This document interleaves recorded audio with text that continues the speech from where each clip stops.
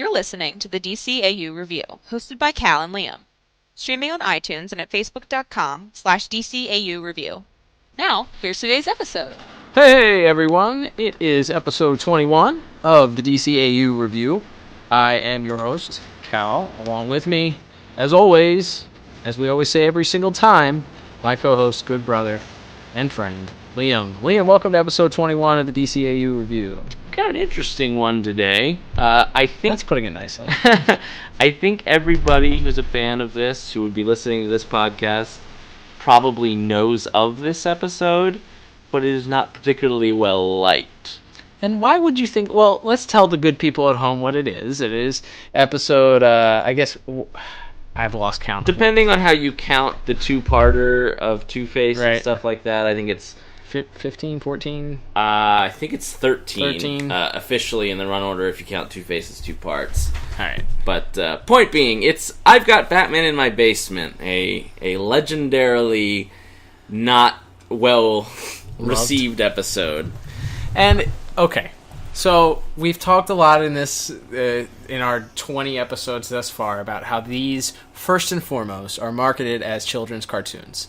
They were shown, yes, they were shown in prime time, but first they were shown on weekday afternoons at 3 o'clock or 3:30 on Fox Kids for the kids that come home when they come home from school. So these are children's cartoons. So while we had an episode last week where we talked a lot about mob bosses and drug dealers and mob boss territories and being drug addicts, they have to find they must have had some sort of agreement or recognition that their audience, at least a small to medium portion of their audience of who they're marketing towards, are people that are under the age of 13. Sure, yeah, absolutely. And I'll just come out here, we can kind of jump right into what we think of the plot. I was not offended by this episode. And that's a good thing. Now, there have been several episodes thus far that we've covered where there has been some offense taken. One of them, the Underdwellers. Sorry, dollar in the Underdweller jar. Second one being Brave New Metropolis. Yes. And that was because they dealt with real-life-ish stuff and incorporated it in the case of the Underdwellers. Correct. Another dollar in the Underdweller jar. That, involve children. Sure. And I would say this episode is the right kind of bad if you're going to be bad. Okay. Because we did, awful bad in a way that not only is it not a good story in our opinion, but it's also makes us uncomfortable with something like Brave New Metropolis or, another dollar in the Underdwellers jar.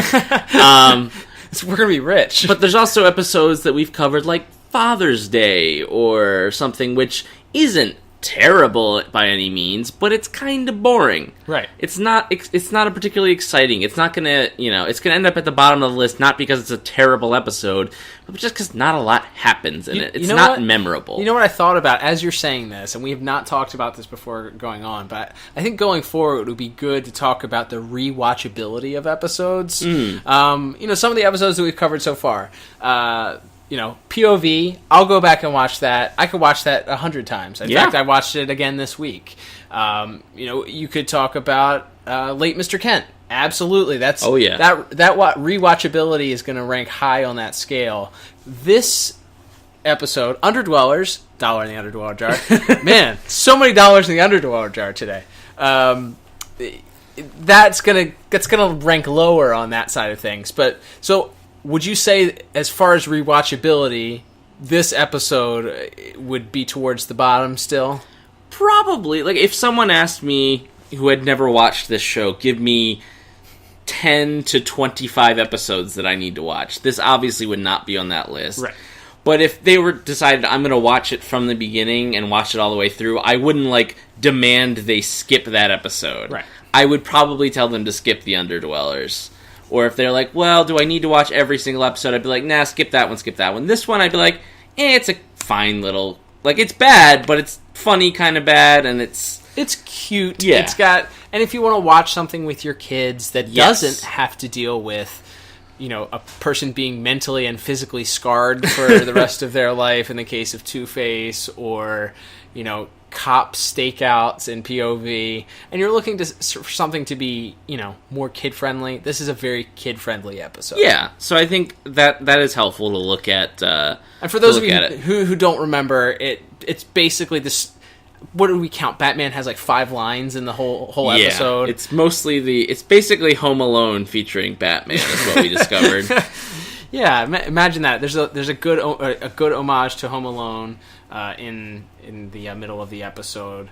It's a good thing that Batman must have added the security features to his utility belt after this episode, because those kids broke into his utility belt with ease and were hurling those weapons around like nobody's business. There's a lot of episodes in the original run, I feel like, where people can just take that belt right off them, like it's just a regular buckle. Right. And also, apparently, just pull the weapons out of it and use them. But I guess we can go ahead and give our scores for plot. Please do. I went 3 out of 10. Again, this is not a great example of, like, writing or interesting characters. So... But like I said, it's the good kind of bad, but I feel like it's still bad. Right. And you still have to, it's something like if you've ever seen like the awesomely bad movie The Room, or have heard of it, it's this kind of cult movie that got big because that's it's the one so they bad. did the movie about the guy yes, that made that's the the movie, one right? they just did Disaster Artist that Okay. came out last year. But it's like you can address something as being I enjoyed this because it was bad, but it's still bad, so I still have to give it 3 out of 10 personally. Yeah, it's ironic. We rarely agree on this podcast, but my score was exactly the same, 3 out of 10. I could not take it below. I wanted to give it a 2. I could not force myself to bring it towards the Underdwellers. Yeah. Dang it, another dollar. Going broke on this podcast. So we tied scores there at 3 each. For this and that other episode that we didn't like. 3 out of 10 for the plot. It's fine. There's a couple of things that I pointed out. We talked about the kid mentions the Batcave by name. Yes, he does. So we were like, so is that public knowledge that Batman has a Batcave that he lives in? Or is that like, oh, bats live in caves, so his home is called a Batcave? Like, it seemed more like the former than the latter. But it was just kind of something. I guess you can explain it away if you want to. But it seems like these kids had a certain knowledge of Batman. The kid, this kid Sherman, who is a junior detective and future psychopath, who I believe was only named Sherman so that they could use the line "Sure thing, Sherlock." Yes, as the older quote unquote kids who sounded, as you pointed out, like 30 to 40-year-old men voicing them. Yes, but we haven't really talked about what the plot actually is here. Yeah, what exactly happened? So Batman is chasing the Penguin, chases him to this hideout where the kids have also arrived because they followed Penguin's giant pet vulture. Which is pretty cool. Yeah, actually. That's the coolest part of this episode. So they all convene in this spot. Batman is getting the kids out of harm's way, comes back in to stand triumphant over the Penguin, gets gassed because he's an idiot, and then he's like incapacitated for the 90% of the episode. And these children who make a point of saying the girl wants to call the police, and Sherman, the future murderer, tells her, no, I'm not going to call the police because detectives have to protect their clients. She's like, what? Oh my gosh. But, so Penguin and his henchmen and the Vulture arrive at their house, and the kids have to protect him, as you mentioned, using Batman's utility belt and weapons and the Batmobile itself, and then finally Batman recovers in time to have a duel with the Penguin. The Penguin has a sword coming out of his umbrella. Batman fights him off with a screwdriver. It's either one tiny sword or one gigantic screwdriver, whichever you're looking at there. Yes, but so it's quite a mess. As we said, I think we both gave it 3 out of 10 here. But as we were discussing this before we went on, we did notice a lot of similarities, and maybe this is a nudge, nudge, wink, wink nod to the 60s Batman in a couple different ways. Adam West portrayal, Batman is, again, very silent in this episode, but he's introduced to Sherwood's mom, and his only response is, ma'am. Yes. That was very Adam West-ish. And then he's asked if he's single. And right. And also, Penguin's henchmen are named after birds. Yeah. And Penguin himself, some of his his vernacular, I would say, is modeled in this episode at least. It'll be interesting to see going forward, but in this episode is modeled. He's an intellectual, but he uses the type of dialect where you use what's that, alliteration, where you use the same letter for each word, and that was something I feel like Burgess Meredith did in his portrayal in the '60s Batman. So maybe they had a little fun. They decided to have a little fun with this episode and make it a little, since it's goofy, make it as goofy as possible. Yeah, and that's, again, what I think the strengths of it is, as quote-unquote bad as it is, as if you're judging it just from storytelling standpoint, when you add in the context of, yes, paying homage, perhaps, and there is fun to be had in this scenario just because of the ridiculousness of it. Yeah. See, two children throwing, bolas at the Penguin and things like that, and the two 30-year-old teenagers trying to help Batman to his feet like he's like it's last call and Batman's drunk or something. Like, that's pretty funny. So there's definitely fun to be had here. Yeah. All right. We've spent far too much time on this episode. Far too much time on this episode. But let's move forward to our second category. We got music. Liam, they do introduce. We hear the Penguin. This is the first appearance of the Penguin, as we mentioned, and it is the first introduction, of course, to the Penguin's theme itself, which is kind of cool. He has his own theme.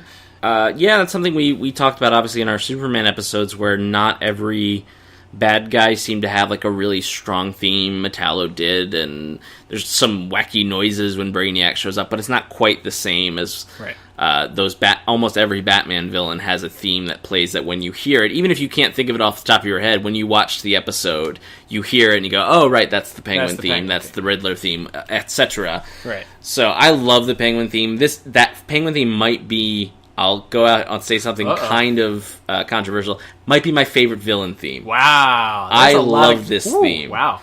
It's probably between that and the Joker theme, but I think I love the Penguin theme a little bit more because it just fits their version of the Penguin so well. It's kind of prim and proper, but there's something weird and a little off-kilter about it. And there's a scene later on in an episode, which we'll cover way down the road, of where he's having all of his birds dance and the theme is playing to it. Mm-hmm. And that's just burned in my brain as like one of my very favorite scenes, one of my very favorite Penguin moments that I've ever seen in anything, and that theme's a part of that. So I gave music 7 out of 10 here. I really thought it is heavily reliant on the Penguin theme. Mm-hmm. And on the other side of pretty much everything, every time Batman shows up, the Batman theme plays. Right. So there's not a lot of underlying music. I did think there's some nice tension building when Penguin and his thugs show up at the house at the end. Mm-hmm.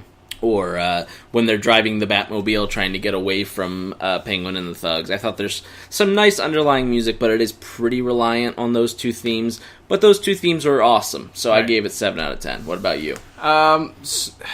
So I enjoy the Penguin theme, definitely not as much as you do.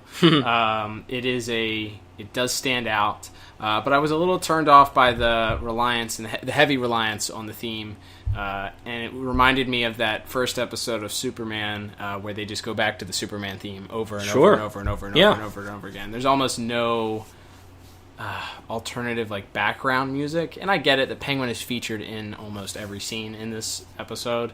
But it just seemed a little bit heavy on that. For that reason, I gave it 5 out of 10. It's not offensive. I just felt like there could have been... This is a case where they could have had some sort of alternative kind of background music in there. But it's hard when your plot is centered around two kids, Batman, and the Penguin, and they're all almost all together in every scene. Right, and it would be a lot to ask to write like a great original theme for Sherman, the kid we're never going to see again. It's those signature pieces of music for Robin or Batgirl or somebody that's a recurring character. A second ago. Sherwood, I think that's one of the other things the teens call him at some point when they're making fun of him. But So I think that's a fair point that some of the music kind of blends into the background besides the big themes. Sure. But it worked for me, so there we go. Cool. Awesome. All right, let's move on to animation and visuals.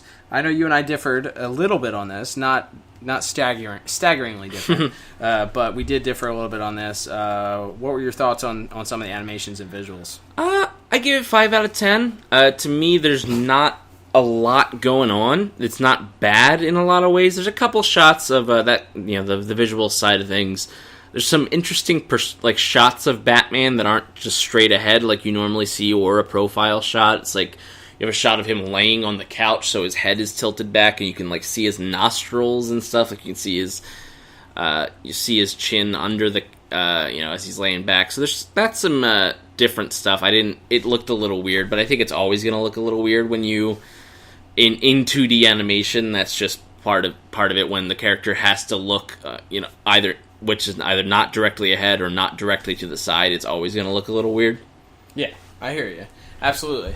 My thought on it, I gave it a 7 out of 10, and the reason I gave it 7 out of 10 is actually, I thought of all the things in this episode, this seemed to be the best thing about the episode. I really liked, as goofy as a subplot as the Vulture itself was, it was animated really, really well. It was strikingly realistic, I would say, which compared to the rest of the storyline may not be. I also appreciated, of course, that the kid looked like Bruce Timm. That's always sure. It was Bruce Timm with red hair, which is a cool little wink. But I wasn't offended. There was the sword fight scene was animated a little goofily, but I think the rest of it they did a pretty solid job. Everybody kind of looked on target, and like I said, it wasn't offensive to me. I think it was surprising in an episode that was so maybe could have been an afterthought because it was such a goofy episode that they did take time to kind of animate it well enough. There's some cool things with the Batmobile also that are animated really well, where the kids are hitting the buttons and the missile pops out, and then the thing on the tire cutter pops out, and it was cool. Okay. I think they did some good things with the animation, so I gave it a 7 out of 10. Yeah, if I didn't say, I gave it 5 out of 10. So I thought nothing terrible, but not a ton stood out to me. So a little bit of a difference there. Cool. All right, so is that enough to play our disagreement sound effect? No, I don't think so. Darn. So next, it looks like last but not least, Liam, is voice acting. So as we do every week, I'll hand it over to you to talk about our prime players today. I know we have as we talked about, this is the first appearance of the Penguin. So I'm sure we have a new voice or two to talk about today. Absolutely. We have Paul Williams as the Penguin, who did it all through the series, did it through the new Batman Adventures as well. As you pointed out off the air, did not do it in Mystery of the Batwoman. Yes, correct. Which is a little jarring. A little bit, yeah. So, certainly a voice that comes to mind, I think. It felt very familiar to me. I liked his performance. I thought he did a pretty good job. As you mentioned, a lot of his dialogue is bird puns or metaphors. Maybe they're not puns. They're like he just calls everything some type of bird. He talks about the egg being scrambled. Also, that's true. He does make a fantastic in his very initial appearance. He does make a fantastic bird sex noise. As you pointed out. To get the vulture to come to him. Yes. He so to speak. We are a children's podcast. Let's keep it clean. Anyway, but I thought Paul Williams did a good job. We also had Matthew Brooks as Sherman, the lead child. Was an actual child actor at the time. not a 25-year-old man pretending to be a child. No. And it sounds authentic. He sounds like a kid. Yeah. So that's pluses for that. I went 5 out of 10 for voice acting. Mm-hmm. Nobody great, I didn't think, as we mentioned. Batman's not in it very much. He has about maybe 5 or 6 lines, it seems, the whole episode.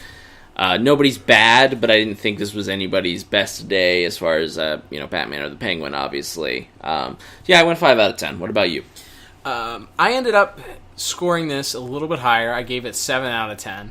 And the reason I did so is separating the voice acting itself, it's hard in these episodes and we did this with the Underdwellers, $1 in the jar. Ching. It's just so easy to go to because it's the worst. We talked about that in that episode that we gave the plot a 3 instead of a 0 because the Alfred storyline was amusing. It was amusing. And we didn't give the whole episode 0s across the board. We gave various scores. It was low rated, but there were some scores that ranked a little bit higher than 3, for sure. Sure.